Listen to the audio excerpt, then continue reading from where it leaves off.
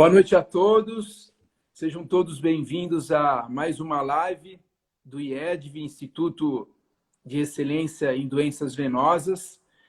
É um grupo de cirurgiões vasculares e endovasculares especializados e focados no tratamento endovenoso da trombose e também de doenças venosas complexas.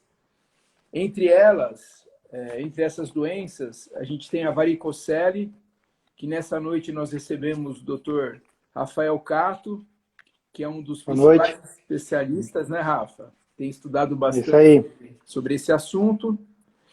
Então, hoje, a gente vai conversar um pouquinho com o Rafa sobre essa doença que é a principal causa de infertilidade no sexo masculino.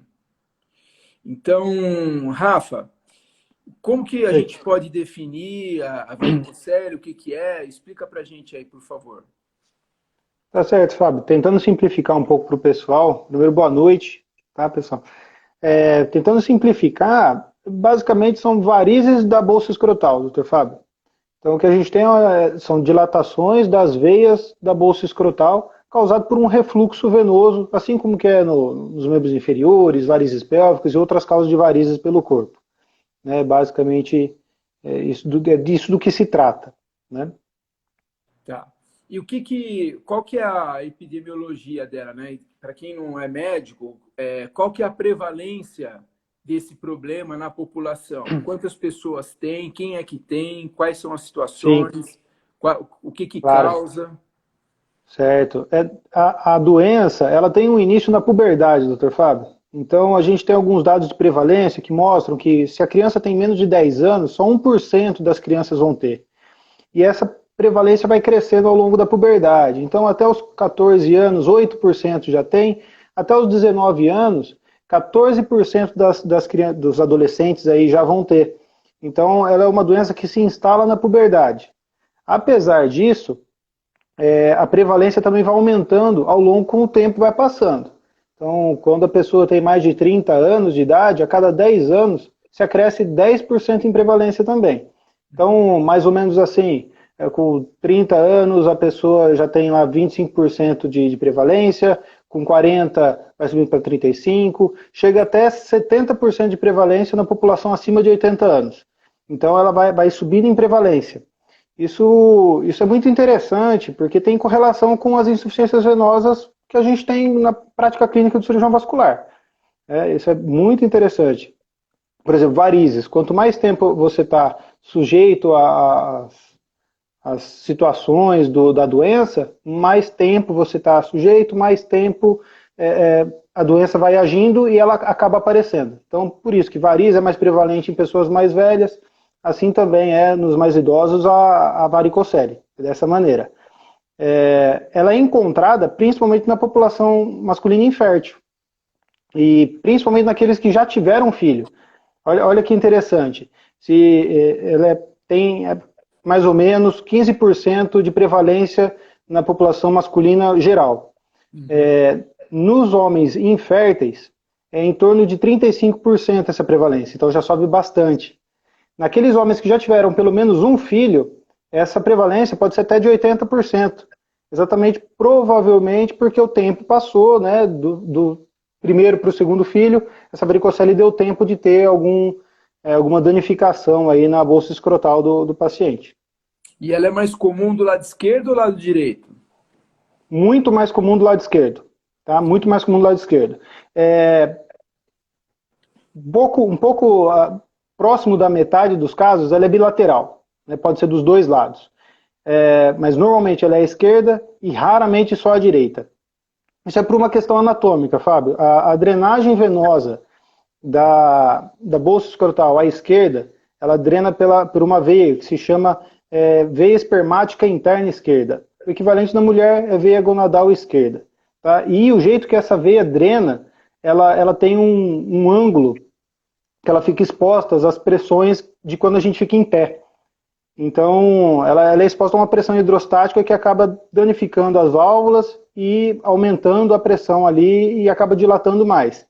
A veia do lado direito, ela tem uma inserção oblíqua, então ela é meio que protegida dessa pressão hidrostática de quando a gente fica em pé. É uma situação bem específica, bem técnica, mas tem um motivo bem científico para explicar por que é muito mais comum à esquerda. Tá, só porque tem bastante, hoje tem bastante paciente, Rafa. Explica o que é Vamos drenar, tentar. o que é veia, o que é artéria, né? E o que Certo. as veias gonadais, né, que você falou muito bem, a ovariana na mulher e a veia espermática no homem, o que ela drena? Como que funciona isso? Certo. Bom, então a gente tem que explicar um pouco do que é a circulação, né? A gente chama de artéria o vaso sanguíneo que leva o sangue até o local desejado de ser irrigado, né? De ser nutrido com oxigênio e nutrientes. Então a artéria é o vaso sanguíneo que sai do coração rico em nutrientes e vai chegar até a estrutura, braço, perna, coração, cérebro, enfim, até a bolsa escrotal, ovários na mulher, enfim. O sangue utilizado ali tem que voltar para o coração por algum outro vaso sanguíneo. E esse vaso sanguíneo se chama veia, certo? Então, do que a gente está tratando aqui, chama de veia. E quando o sangue volta para o coração, a gente chama de drenagem. Tá? Então, o sangue vai se acumulando ali, que foi utilizado pelo órgão em questão, vai se acumulando e vai voltando para o coração por veia. E essa volta, doutor Fábio, é importante o pessoal saber que não tem pressão, ela não é bombeada. Então, tudo que está abaixo do coração para subir para o coração de volta tem que sofrer alguma influência, vamos dizer, no caso das pernas, o movimento da panturrilha, né, no caso do abdômen, os movimentos respiratórios, pressão abdominal, para o sangue conseguir voltar para o coração. E quando a gente fica muito tempo ereto, muito tempo em pé ou muito tempo sentado, fica cada vez mais difícil para o sangue sair. Por isso que surgem essas situações, né, do sangue sair daquela região, drenar daquela região e sair. Se a gente tem alguma doença no caminho disso, também pode acontecer, de repente, comprimir a via de drenagem que a gente está chamando, pode aumentar, vamos dizer assim, essas varizes, né, seja nas pernas, seja na varicocele também, né, nas veias da bolsa escrotal, no caso dos homens. Então, na realidade, é uma varizes escrotal, né? O que a gente está falando. É uma varize escrotal. Varize escrotal. Certo. Se a gente for fazer uma analogia, do mesmo jeito que a veia safena com refluxo tá para as varizes nas pernas, a veia espermática interna com refluxo tá para as varizes na bolsa escrotal. Né? Se a gente for... Certo. Explica também, eu acho legal explicar, Rafa, qual que é a fisiopatologia, por que as pessoas que têm varicocele, né, elas acabam evoluindo para a infertilidade. A bolsa, o que o escroto faz? O que o testículo faz? Ele é responsável por quê? Por que quando a pessoa tem varicocele, né, explica para a gente, por favor. Certo. O que acontece, Fábio, é assim, tem várias vertentes de pesquisa, várias tentativas de identificar por que o testículo sofre junto com as varicoceles. O mais aceito deles é calor. Então, a bolsa escrotal, ela é o testículo, ele é para fora do corpo, ele é protegido pela bolsa escrotal exatamente para ter uma temperatura menor fora do corpo, né? E o homem sabe melhor que as mulheres que a bolsa escrotal diminui o aumento de tamanho de acordo com a temperatura do ambiente, que é para tentar manter sempre uma mesma temperatura da bolsa escrotal ali, ideal para o funcionamento das células, das células testiculares, tanto para a produção de hormônios quanto para a produção de espermatozoides, né? Então, uma das primeiras teorias que o pessoal pensa é por conta do calor. Se você tem uma concentração de veia ali maior, uma concentração de sangue que não está saindo dali, esse calor aumenta e pode gerar uma disfunção das células produtoras, tanto de hormônios como de espermatozoides pelo testículo. Outras teorias também acontecem, né? Então, a via venosa ali, ela tem no caminho dela, tem alguns metabólitos que podem acabar retornando por esse refluxo que a gente está dizendo, retornando ao testículo também podem fazer mal. Então, tudo isso refluxo de metabólitos, um estresse oxidativo, que o pessoal fala que também acontece ali por conta desse refluxo, e até mesmo o sangue parado ali dentro, talvez ele venha a impedir que a artéria consiga agir de maneira adequada. Essa também é outra teoria. Então, o sangue com estase, parado ali, vamos dizer, como se o sangue que viesse para tentar nutrir, ele tivesse que empurrar um sangue que não sai dali. Essa também é outra teoria que diz que aí o testículo não funciona. E é aí que acontece, em adolescentes, pode ter até hipotrofia testicular. Então é algo que acontece mesmo, hipogonadismo, disfunção hormonal por conta da varicocele, além da própria disfunção dos espermatozoides. Certo. Rafa, e quais são os sintomas, como que a gente faz o diagnóstico, como é que funciona? Certo. É muito importante, sabe? A gente está falando de uma doença que é urológica, né? Uma doença que quem trata é o urologista, especialista em homens, né? Na genitália masculina. O paciente procura primeiro o urologista para fazer esse tratamento, né? Para fazer esse diagnóstico. A maior parte dos pacientes são assintomáticas, não vão sentir dor. 1 em cada 10 pacientes vai acabar sentindo alguma dor que seria parecido com varizes. Então, dor maçante, em peso, quando o paciente tem atividade física, muito tempo em pé, aí ele vai sentir essa dor em peso, mas é raro acontecer, é 1 em cada 10 pacientes. A maior parte dos pacientes não sentem nada, doutor Fábio. O que acontece é que a primeira queixa dele vai ser infertilidade. Então, o casal vem tentando ter filhos, passa de 2 anos tentando ter filhos, não consegue, investiga a mulher, não tem nenhuma alteração ali, vai fazer a investigação do homem também, e identifica no homem perda de mobilidade dos espermatozoides, que é uma das alterações que primeiro acontecem, depois perda em número também dos espermatozoides.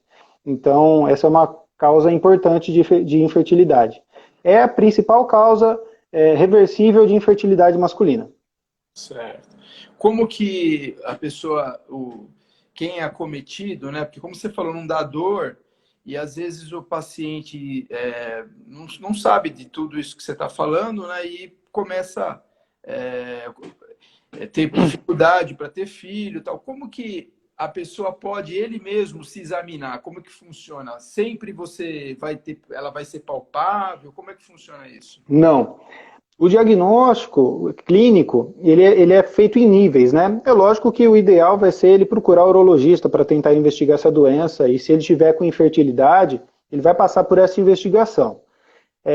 Mas a maior parte dos casos, as varizes não são visíveis com manobra simples, tá? Então, a gente tem 3 níveis de varicocele. O nível 1, ela só vai aparecer na palpação se o paciente fizer pressão aumentada abdominal. Essa manobra chama Valsalva, que é aquela que os homens sabem quando vai para o exército tem que soprar a mão, né, para ver se tem hérnia. Aquela é uma manobra de Valsalva, que a gente faz uma pressão abdominal aumentada. Isso aumentam as varicoceles também. Então o médico consegue palpar essa varicocele. Isso você pode tentar em casa também, mas é uma manobra mais difícil. Esse é o grau 1 da doença. O grau 2 da doença, elas já são visíveis com a manobra de Valsalva. Então, o paciente faz a manobra e você consegue ver as varizes. No grau 3, basta ficar em pé, que já são as varizes maiores e tudo mais. Provavelmente os pacientes mais idosos. Então, dá para observar. É uma doença que o paciente mesmo pode se olhar e perceber. Ele está em pé, ele pode palpar a bolsa escrotal dele e reparar que tem varizes ali, mas raramente ele vai conseguir ver, né? Provavelmente vai precisar de um urologista para ter essa experiência aí. Tem algum comprometimento, alguma associação genética na doença? Como é que funciona? Tem sim, tem sim. A prevalência, que nem a gente falou, na população normal é de 15%, né? A prevalência, para quem tem casos de familiar de primeiro grau na família, vai até 35% de alguns estudos. Então, isso mostra que tem sim uma prevalência, né? E a gente estava falando da correlação com varizes também, né? Varizes de membros inferiores. Lembrar que varizes de membros inferiores é uma doença com prevalência genética. Se você tem parente de primeiro grau, você pode pegar também. Pegar não, né? Pode ter. E é uma doença que é caracterizada por dilatação e perda das válvulas, assim como a varicocele. E provavelmente isso acontece em todas as veias do corpo, não tem por que a gente pensar que isso só vai acontecer nas pernas, né? E aí tem uma prevalência bem interessante. Tem estudo que mostra que quem já operou de varizes, 75% dos homens que operaram de varizes tinham Nossa, varicocele. Então, 75%, muita tem um coisa. estudo que chegou a 75%. Então, deve ter uma correlação interessante entre falência valvar, tanto nos membros inferiores, quanto no leito ali venoso abdominal, né? Que vai acabar gerando as varicoceles, a dilatação venosa. É isso aí. Como é que faz o diagnóstico de certeza? Quais são os métodos complementares que a gente pode fazer Sim. para fazer o diagnóstico? Olha, Fábio, a doença, ela é uma doença muito antiga, né? Uma doença muito antiga. Desde a Grécia já sabia que tinha varicocele. Tem estátua que tem a bolsa escrotal esquerda, o testículo é menor que o direito, né? E isso é muito interessante. Mas só a partir do meio do século, 1950, mais ou menos aí, que as pesquisas começaram a aparecer. E começaram a aparecer principalmente com a infertilidade. Um dos primeiros achados que o pessoal teve foi que para o tratamento da infertilidade, tratar os pacientes que não tinham sintomas não tinham vantagens. E o que é ter sintoma? É aparecer no exame físico, é o paciente que a gente vai chamar de clínico. E tratar os pacientes que não são clínicos, que não aparecem a varicocele, não se mostrou ter vantagem para o tratamento da infertilidade. Então, acabou que os exames complementares ficaram um pouco renegados no tratamento, no diagnóstico da varicocele, mas eles existem, né? Eles existem. O primeiro deles, o menos invasivo que a gente vai ter, é o ultrassom com Doppler. Igual se faz para varizes nas pernas, a gente pode fazer para pelve também. É um pouco mais complicado, precisa de um pouco mais de treinamento, porque é mais fundo, a veia é um pouco mais escondida, mas a avaliação também existe. Os achados vão ser o refluxo na veia espermática interna, que é aquela que a gente estava comentando, e o achado das varizes na bolsa escrotal. Esse é o primeiro exame que o pessoal faz, que é muito bom. Outro exame que não é nada invasivo se chama termografia. Existem algumas câmeras que conseguem identificar calor no paciente. E assim como nas varizes nos membros inferiores também, a gente vai ver um aumento de calor nos pacientes que têm varizes. Então, se tiver varizes na bolsa escrotal, também vai ter uma ilha de calor ali na bolsa escrotal. Esses dois exames são não invasivos, né? Então, o paciente pode fazer que não vai ter nenhum problema. Os exames de imagem mais avançados também podem ser realizados e aí vai depender do que a gente está suspeitando para ele, né? Então, o primeiro deles, que a gente tem bastante experiência clínica, inclusive por conta das mulheres e nas varicoceles, é a tomografia com contraste, que a gente chama de angiotomografia. Esse é um exame que vê perfeitamente a veia, vê as varizes pélvicas e consegue complementar para a gente uma possível causa secundária a isso. O que eu quero dizer com causa secundária, Fábio? A gente vai chamar a doença de primária quando a doença é só o refluxo na veia espermática. A doença pode ser secundária se a gente tiver algum mecanismo de compressão nesse caminho. Por exemplo, doença de Nutcracker, que a gente vai acabar falando sobre aqui algum dia, ou algum tumor renal, algum tumor adrenal. Então, se o paciente tiver alguma dessas doenças no caminho, a angiotomografia é o melhor exame para identificar isso. Então, nesses casos de varicocele secundária, é perfeito. A ressonância é bem parecido, o resultado vai da experiência do serviço, do avaliador, de querer um método ou outro. A gente tem mais experiência com a angiotomografia, é um exame de mais fácil acesso, inclusive no Brasil, né? E o último exame que a gente pode fazer, que seria o padrão ouro para identificação, se chama flebografia. Né? Flebografia, porque flebo é veia, grafia é a avaliação das veias. E esse exame ele vai uso de contraste e o ruim dele, né? A desvantagem dele é que ele é invasivo. Então o paciente precisa fazer como se fosse um cateterismo. Ele vai fazer um furinho na veia, na virilha, e vai fazer a avaliação da veia.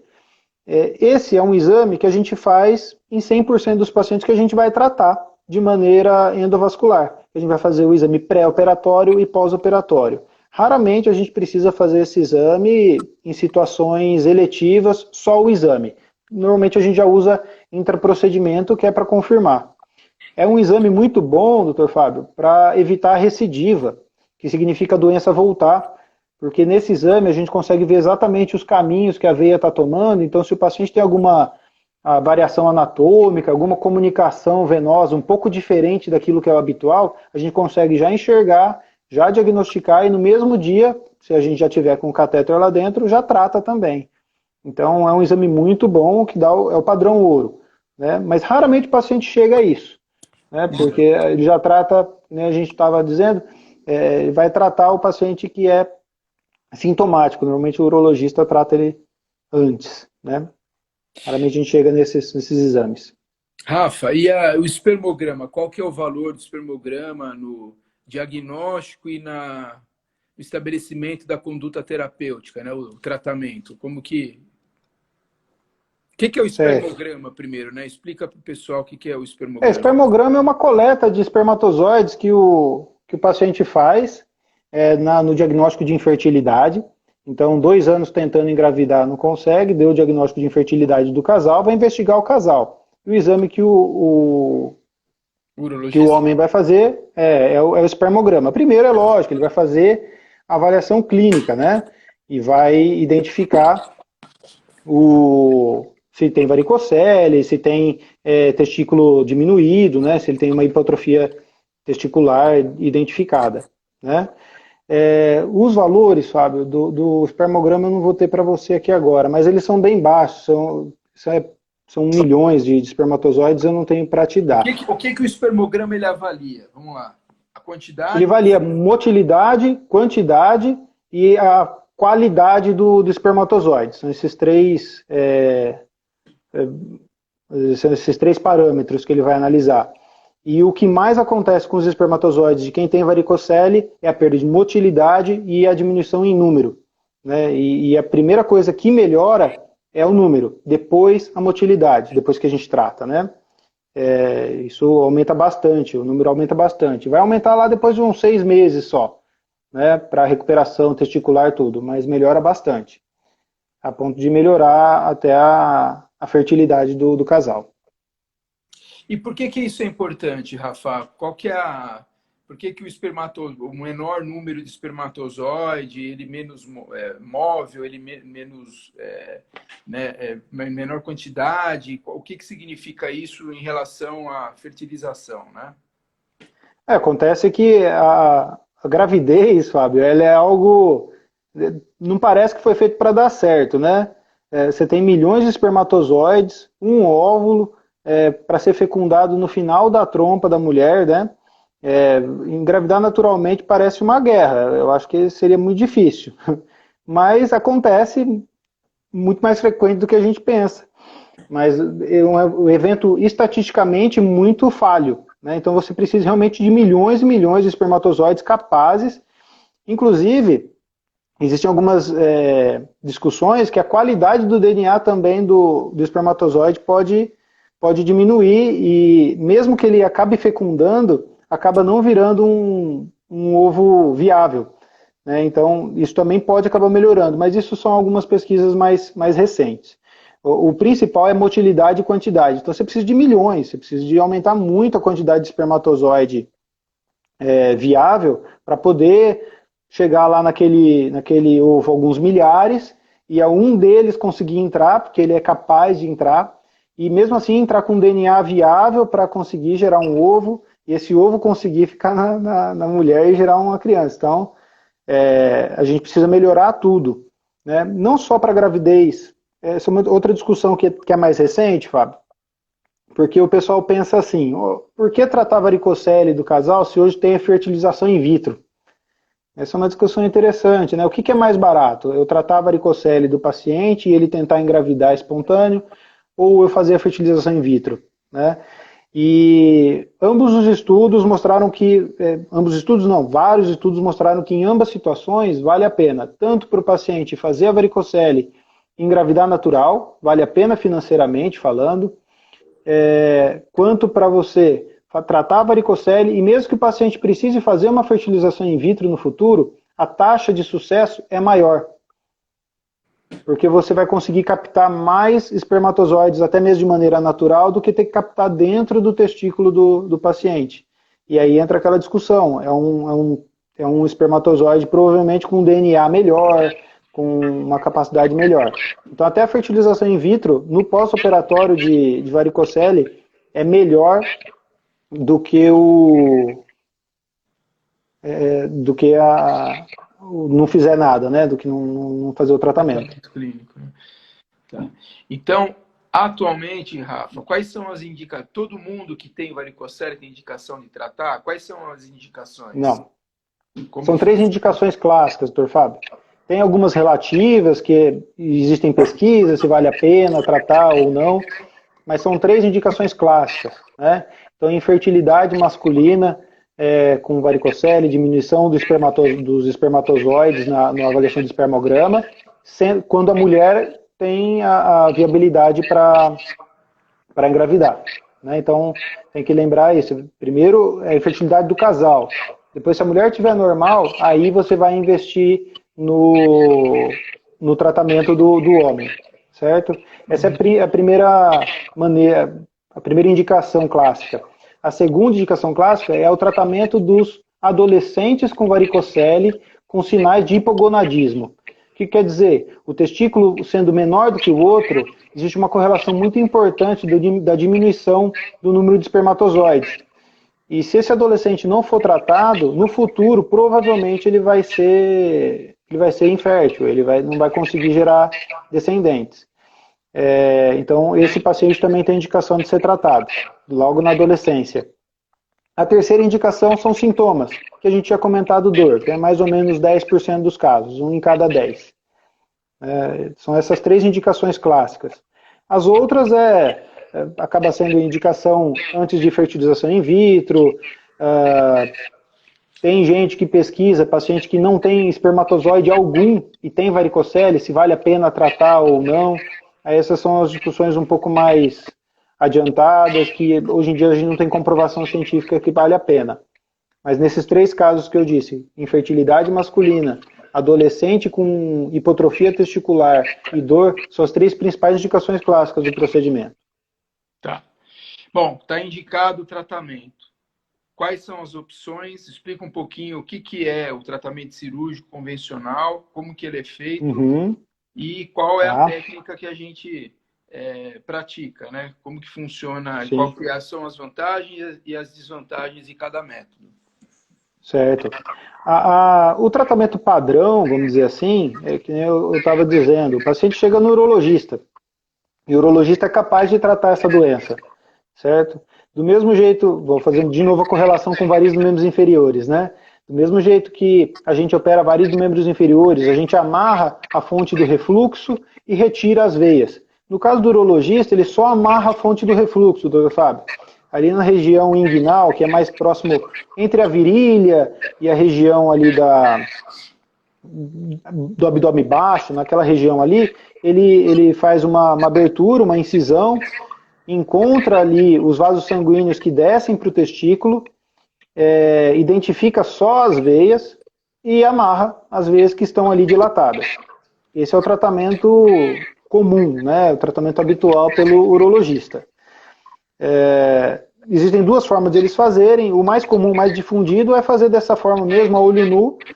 Mas hoje em dia vem se descobrindo que fazer essa cirurgia de modo com microscópio é mais efetivo, porque você consegue separar direitinho as estruturas e correr menos riscos e amarrar certinho qual veia que está doente mesmo.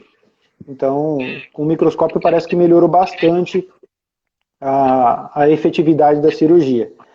A gente, doutor Fábio, tem uma experiência interessante em tratamento de doença venosa pélvica, até mesmo porque a gente trata mulheres e homens, e a correlação da doença é a mesma. O paciente tem lá o refluxo na veia espermática em homens e na ovariana em mulheres, e a síndrome de congestão pélvica, que é a mesma doença que eles têm, a gente faz o tratamento com embolização, que chama, né? Então é basicamente um cateterismo. A gente faz um furinho com anestesia local na virilha do paciente, e passa um cateterzinho que vai até a veia que está com problema e a gente entope essa veia, né? E aí tem vários produtos que a gente pode usar para entupir essa veia, desde molinha de metal mesmo, ou produtos que são parecidos com cola, ou parecido com uma espuma, que vai entupir a veia, né? A gente entupiu a veia, a gente consegue ver logo depois o resultado imediato, que nem eu disse com a flebografia, aquele exame que eu tinha dito que serve para pré e pós-operatório. A gente repete esse exame, vê que o tratamento foi adequado, encerra o procedimento, tira o cateterzinho e o paciente vai embora.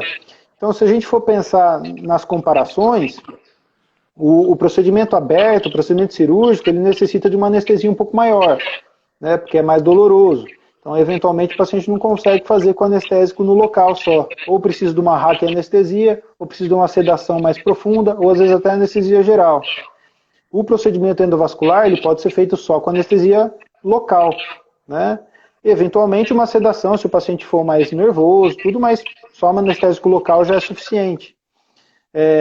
Outra vantagem comparando o endovascular, né, que é o que a gente faz, é a recuperação, doutor Fábio. A gente faz o procedimento em questão de algumas horas, o paciente já pode ir para casa. Então ele fica de observação 4 a 6 horas e ele vai para casa dele com um curativo na virilha sem problema algum. Já o paciente da varicocele vai ter que ficar um tempo mais no hospital. E a recuperação em casa é bem diferente, né? O paciente tratado aberto, ele tem pontos para tirar, corre risco de infecção da ferida operatória, fica mais dolorido, fica hematoma, porque sangra um pouquinho a cirurgia.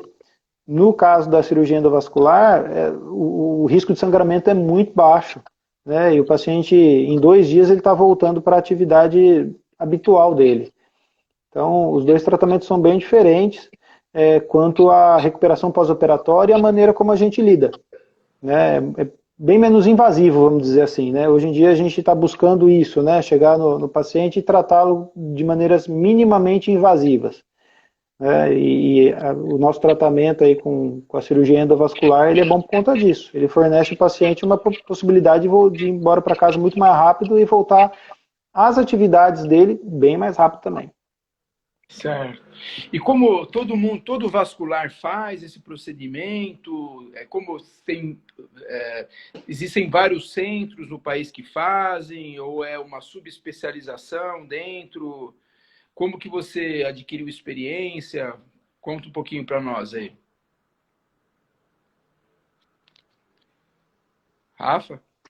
Tá me ouvindo? Deu uma Desculpa. travada no seu vídeo? Você entendeu? Desculpa. Você escutou o que eu perguntei? Escutei. Desculpa,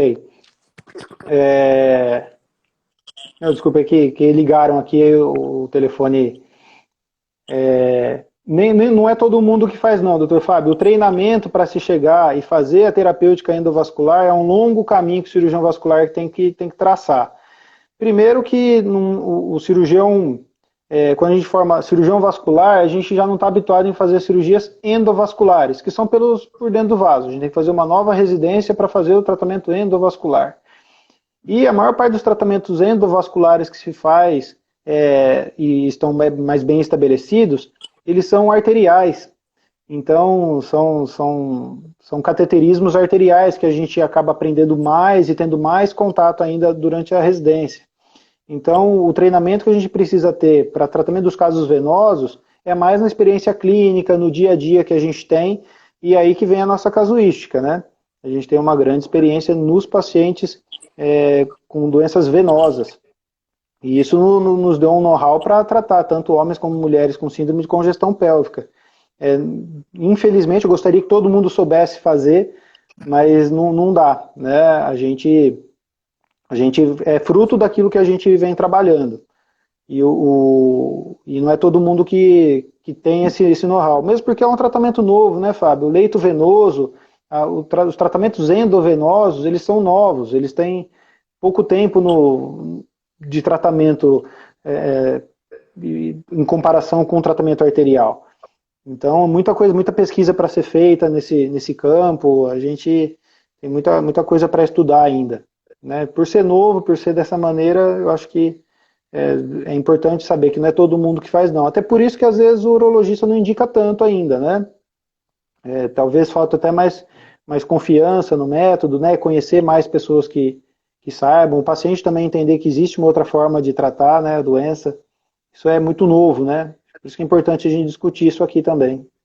Rafa, você falou de síndrome de congestão pélvica, né? Eu acho que é um tema interessante a gente conversar um pouco, porque tem bastante paciente do sexo feminino também, né? Uhum. E é uma doença super prevalente na mulher, né? A gente sabe que Sim. 1/3 das mulheres tem dor pélvica crônica, que são a dor no baixo ventre crônico, sensação de peso, desconforto, principalmente relacionado com o período menstrual, né?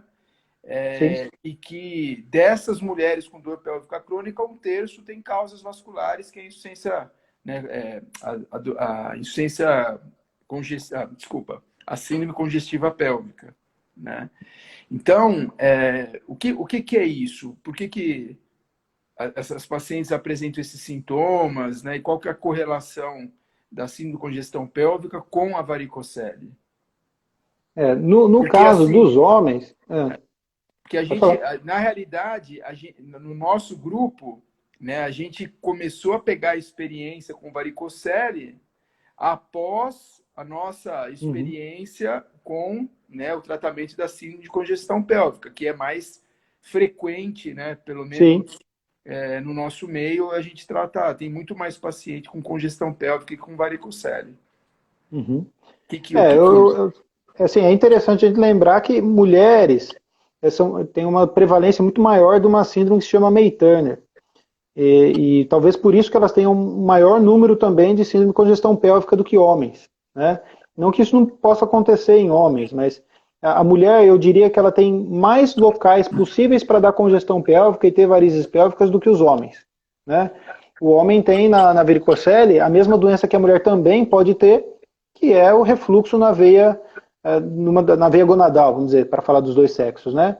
Se eu tiver refluxo na veia gonadal, a mulher vai ter as varizes pélvicas e assim congestão pélvica, e a partir daí dor para ter relação sexual, dor em peso após atividade física, dor nos períodos menstruais, aqueles sintomas de dor pélvica crônica nas mulheres.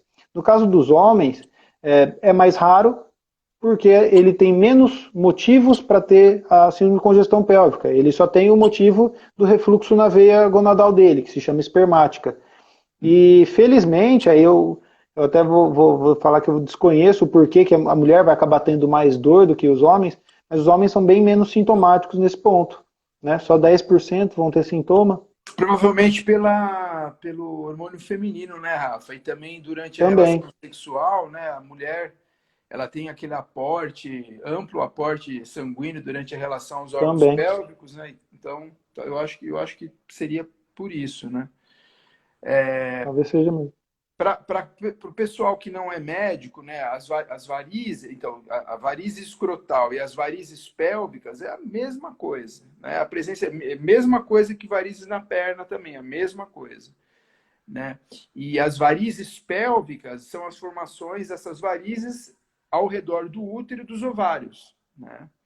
Então, é isso que o Rafa tá comentando, né? Que as duas fisiopatologias são as mesmas e o tratamento ele é muito parecido também, por via endovascular, né? Que é através do catéter, que ele migra, a gente leva até essa região da varicosidade, né? Seja no escroto ou na região pélvica, e aí a gente obstrui e o organismo consegue, porque existe uma rica rede de colaterais nos órgãos pélvicos, então você trata aquele local que está doente, e aí o sangue ele consegue procurar os vasos que estão normais e que não causam dor.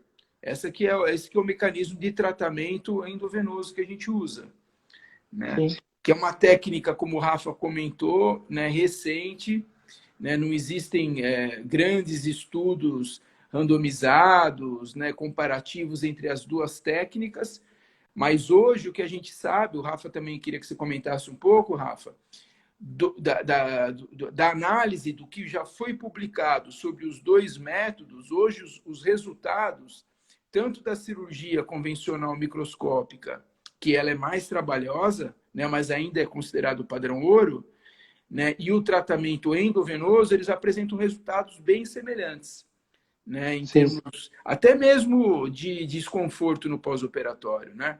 Talvez o endovenoso, né, seja um pouco menos desconfortável e também permite que o indivíduo que seja operado retorne mais precocemente às suas atividades normais, Sim. né? Mas assim não existem grandes diferenças, né, entre os dois procedimentos.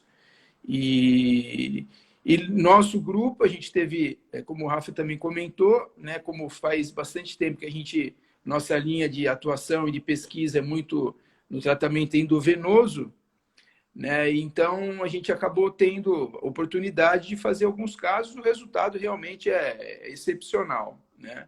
A gente não teve, a gente tem 11 casos, né, Rafa? Isso. 11 casos de varicocele, todos os casos evoluíram super bem. No começo do tratamento eu tinha um pouco de receio, né? Porque como você causa uma trombose, né, desses plexo pampiniforme, né, que é o plexo venoso que fica em torno do testículo, meu receio era que ficasse uma inflamação ali, assim, e surpreendentemente a gente não tem visto isso.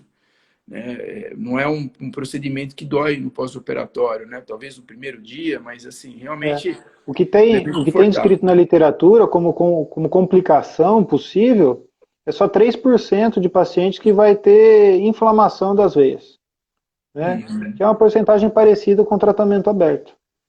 Então, é tudo muito semelhante mesmo, sabe? O que você disse tá certinho. O que tem na literatura de revisão é que tanto a taxa de recidiva, que é a doença voltar com microcirurgia e endovascular, são muito semelhantes, também em torno de 3%, né? E a taxa de dor no pós-operatório, de inflamação das veias ali da região, também é uma taxa em torno de 3%, né? É. No caso do tratamento da infertilidade, a gente tem uma certa dificuldade de ter estudos de qualidade, doutor Fábio, porque são dois parâmetros diferentes que a gente avalia. A melhora espermática, né, que é a melhora dos espermatozoides no pós-operatório, é muito semelhante com qualquer um dos tratamentos.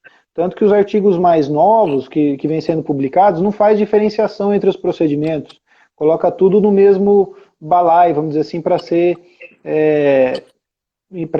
avaliado se vai melhorar ou não a fertilidade, né?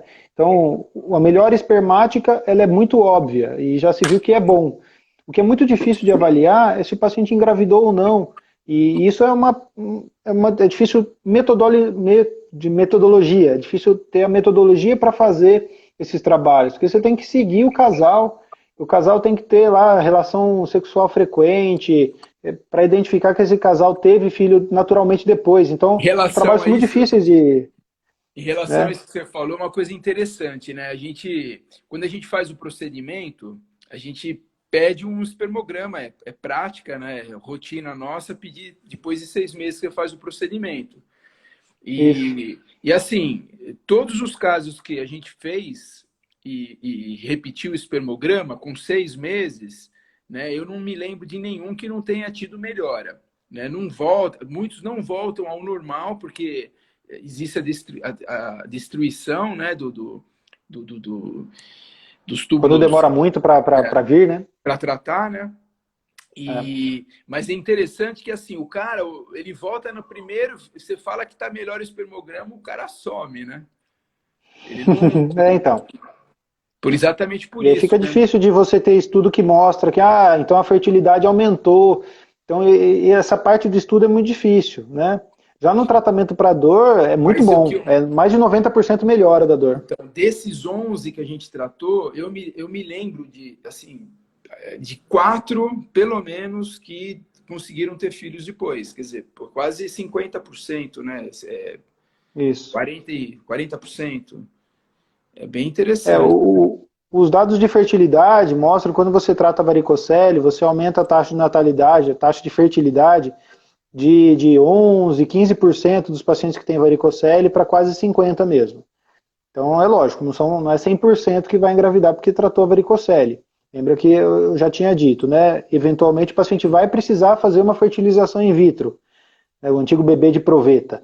Mas vai ficar melhor a fertilização in vitro se ele fizer o procedimento. Então é bem importante procurar atendimento por conta disso, né? Mesmo que não seja, que vá querer fazer fertilização in vitro e não vai querer tratar a varicocele, mesmo assim vale a pena tratar a varicocele. Seja ele o método, né? Aí as vantagens do nosso método é o que eu digo, né? A recuperação é mais rápida, o procedimento é mais rápido, mas isso vai de uma escolha também, do próprio paciente também, né? E do médico urologista também confiar na equipe.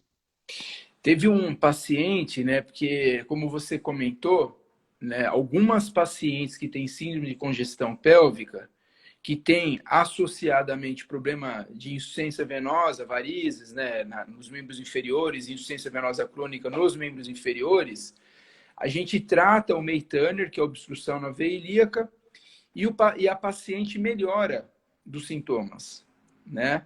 Sem você precisar fazer a embolização. Porque a guanadal é uma via de, né, colateralização entre a pelve e as veias abdominais. Tiveram 2 casos de paciente que tinham varicocele, alteração no espermograma, que tinha insuficiência venosa crônica, a gente acabou tratando, e nesses 2 casos que a gente avaliou o espermograma, os 2 casos melhoraram sem embolizar a veia gonadal. Também é uma outra coisa bem interessante. Que existe esse conceito, né, ainda não é muito bem estabelecido, né, que às vezes você tratar só o May Turner você melhora, mas eu achei interessante esses 2 casos, porque assim, é um dado bem objetivo e demonstrativo que, assim, que realmente você tratar a veia ilíaca, você melhora a ectasia, né, a hipertensão venosa, e acaba, né, você vê que teve a melhora do espermograma, né? É bem interessante. Rafa, melhorou a congestão pélvica, melhorou tudo, né? Interessante. Todo mundo pode fazer esse tratamento? Tem alguma contraindicação? Quais são As contraindicações só são relativas, Fábio. Nenhuma contraindicação absoluta, tá? Para não fazer o procedimento, tá? Basicamente, assim, o paciente pode ter alergia ao contraste, que é o líquido que a gente usa para enxergar os vasos sanguíneos enquanto a gente faz cateterismo. Esses contrastes são à base de iodo, então o paciente pode ter alergia a isso. Raramente, como a gente trata pacientes jovens, raramente ele vai ter algum problema renal que também possa ser uma contraindicação relativa ao uso do contraste, né? Há quem diga que a doença, quando ela é bilateral, quando ocorre nas 2 veias espermáticas, há quem diga que é melhor não fazer endovascular por conta da dificuldade técnica que é fazer o tratamento na veia gonadal direita. É algo que é mais aí da experiência do profissional mesmo, né? Isso fica muito difícil dizer. Mas, numericamente, no mundo, como você vai pegar gente que sabe fazer e gente que não sabe fazer e vai fazer o estudo, acaba que você tem uma taxa de falha maior no tratamento à direita. Então, isso justifica, assim, se é bilateral, evitar o procedimento. Mas isso vai muito da equipe que está fazendo. E quando é muito jovem, muito criancinha, o pessoal fala para não usar muita radiação, que é o raio-x que a gente usa para fazer o cateterismo. Então também é uma contraindicação relativa. Você tem que pensar, o que é melhor para essa criança? Fazer o tratamento aberto, fazer o cortezinho, ou não, né? Basicamente, são contraindicações todas relativas. Nada muito que, não pode fazer de nenhum jeito, não. Certo. Uma pergunta, Rafa, você que está estudando bastante, eu tenho escutado alguns comentários e também já li alguns trabalhos associando a presença da varicocele com a hiperplasia prostática benigna, né? Sim, esse é o foco do que eu estou estudando hoje. Fala aí um pouquinho para a gente. A gente tem mais 10 minutos. Vou tentar resumir rapidinho. Porque se a gente já está falando de um tratamento novo, que é o tratamento endovascular da varicocele, Fábio, o tratamento endovascular da varicocele para melhorar a hiperplasia prostática benigna é extremamente novo, né? O primeiro trabalho sobre isso foi em 2008, não parece tão novo assim, mas esse trabalho só foi ser replicado agora na década de 2010, né? Então, em 2016 foi replicado, 2018 foi replicado, então a gente está muito recente nos resultados. Qual que é a ideia?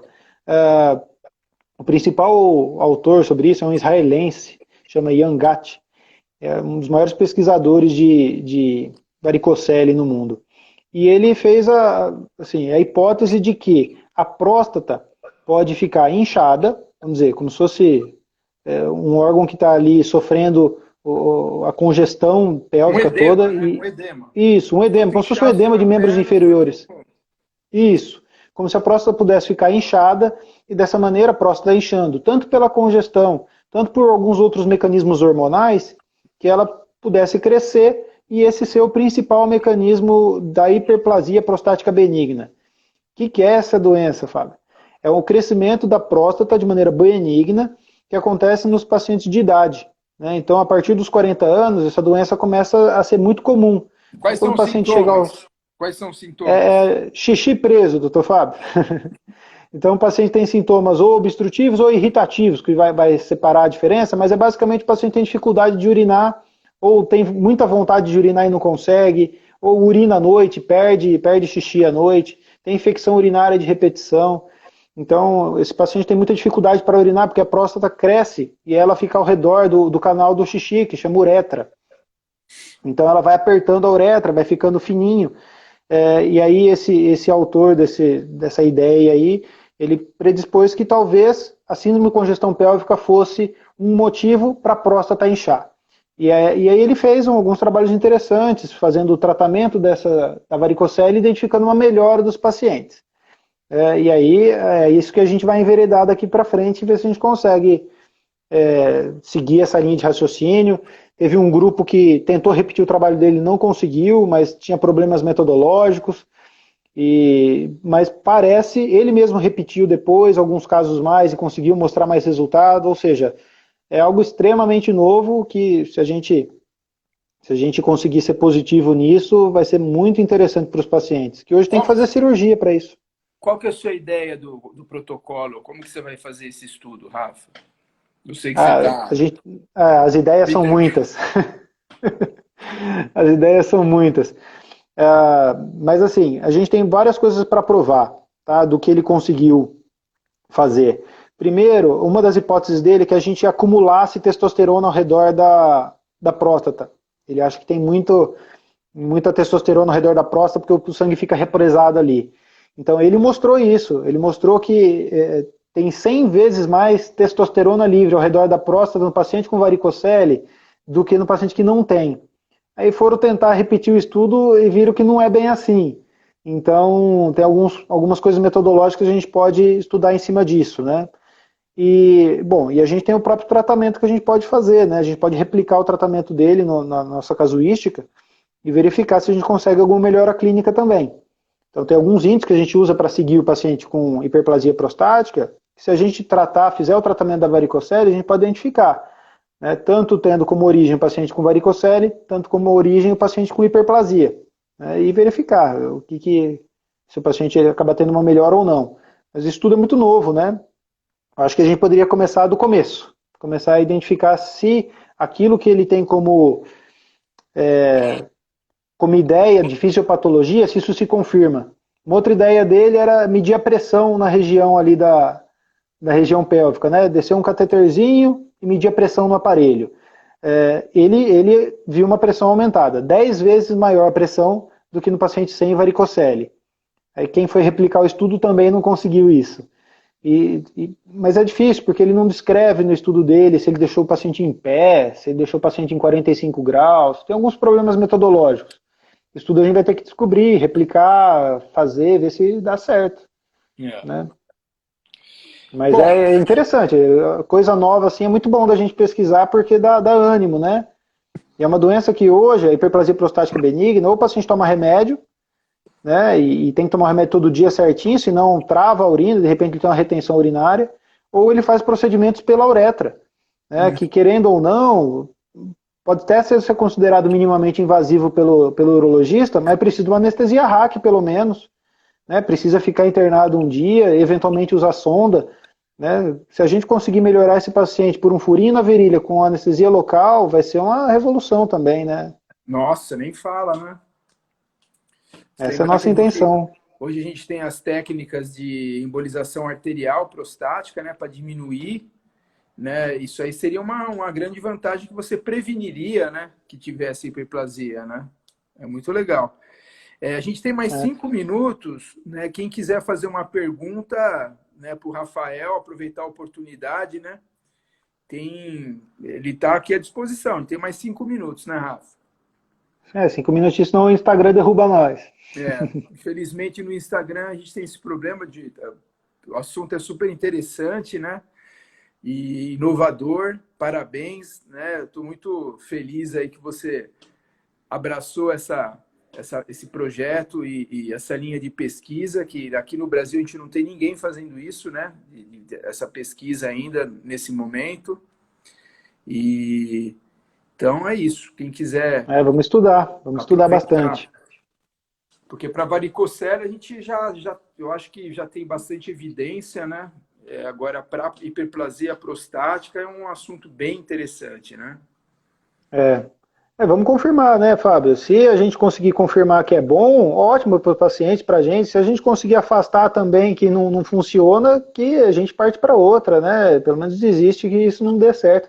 É. Mas eu acho que é muito promissor. Eu acho muito promissor. As ideias do israelense são boas. São muito boas e Eu acho interessante. que, assim, a fisiopatologicamente pensando, né, é bem possível mesmo, né? Porque se você tem uma congestão, né, em toda a pelve, né, por que que a próstata também ela não teria esse processo Sim. de edema, Não, né? e inclusive anatomicamente você tem bem claro qual que é a via comum que faz a veia espermática gerar refluxo na próstata, chama veia deferencial. Essa veia existe, está ali, é uma veia dilatada, e quando você faz flebografia desses pacientes, você consegue identificar que o refluxo também vai para a próstata. Então, se faz uma flebografia de paciente com varicocele, dá para ver nitidamente que o refluxo também vai para a próstata. Então, isso é verdade, isso é notado mesmo. A gente não precisa de grandes estudos para identificar que a ideia é muito boa, né? Mas Uhum. como nem sempre as coisas fazem sentido em medicina, né? A gente tem que tratar e ver se vai melhorar o paciente ou não, né? É. Bom, pessoal, estamos chegando ao final, né? Eu queria agradecer muito a presença de todos. Rafa, a gente tem uma personalidade, duas personalidades da área médica aqui com a gente, é a nossa especialidade, né? O Ele é Juliano Sandri, que o pai dele é um dos pioneiros e ele é também um entusiasta do tratamento endovenoso, né? Como uma o honra. nosso grupo, uma honra tê-lo aqui com a gente. E o presidente, nosso presidente da Nacional, Dr. Bruno, também está Doutor aqui com Bruno, a tudo gente. bem? Muito obrigado por ter entrado aqui para poder participar. Né? A gente tem mais Legal. 3 minutinhos aí. Quem quiser fazer uma pergunta, senão a gente vai encerrando Vamos. aqui. Né? Eu convido a todos frequentarem as nossas mídias sociais. Quem gostou, né, seguir a gente, que essa é uma das lives. A gente está fazendo pelo menos uma live por semana, né, sobre todos os procedimentos de tratamento endovenoso, que é a nossa especialidade. Né? A gente é um grupo bastante gosta muito do que faz e também de estudar, né, essa parte científica. Tem vários projetos que a gente está fazendo acontecer, né, no Dante Pazanese, que é onde eu trabalho. O Rafa está também fazendo doutorado. Ao Alberto Kupzinskas está mandando um abraço. Obrigado, Alberto. Esse também é outro entusiasta, né, da área tratamento endovenoso, um grande profissional também. Muito obrigado pela presença aí. Quer fazer Valeu, doutor agora? Fábio. Final é com você, Rafa. Não, só agradecer o Mais uma pessoal aí. personalidade, Fabiola Silva. Quem? Ganhou acho que umas 10 vezes o Extreme Games. Grande personalidade. Conheço ela desde pequenininha, né? Obrigado pela sua presença também, Fabiola. Fala aí, Rafa. Legal. Obrigado, gente. Aí, qualquer coisa, a gente está à disposição também. Pode mandar algumas dúvidas aí no Instituto Venoso que a gente responde. Se de repente ficou faltando alguma coisa, né, doutor Fábio? Uhum. E os resultados das pesquisas a gente vai pondo aqui também. Então tá Alguma jóia. novidade, a gente vai atualizando. Legal, então. Mais 20 segundinhos. Boa noite a todos. Bom final de semana. Obrigado pela presença. Né? Valeu, gente. Se cuidem, né? Pandemia, todo mundo tomando cuidado. E um grande abraço para todos aí. Obrigado e a gente se vê na próxima. Bom final de Fechou. semana. Tchau, tchau. Falou, Rafa. Obrigado. Valeu.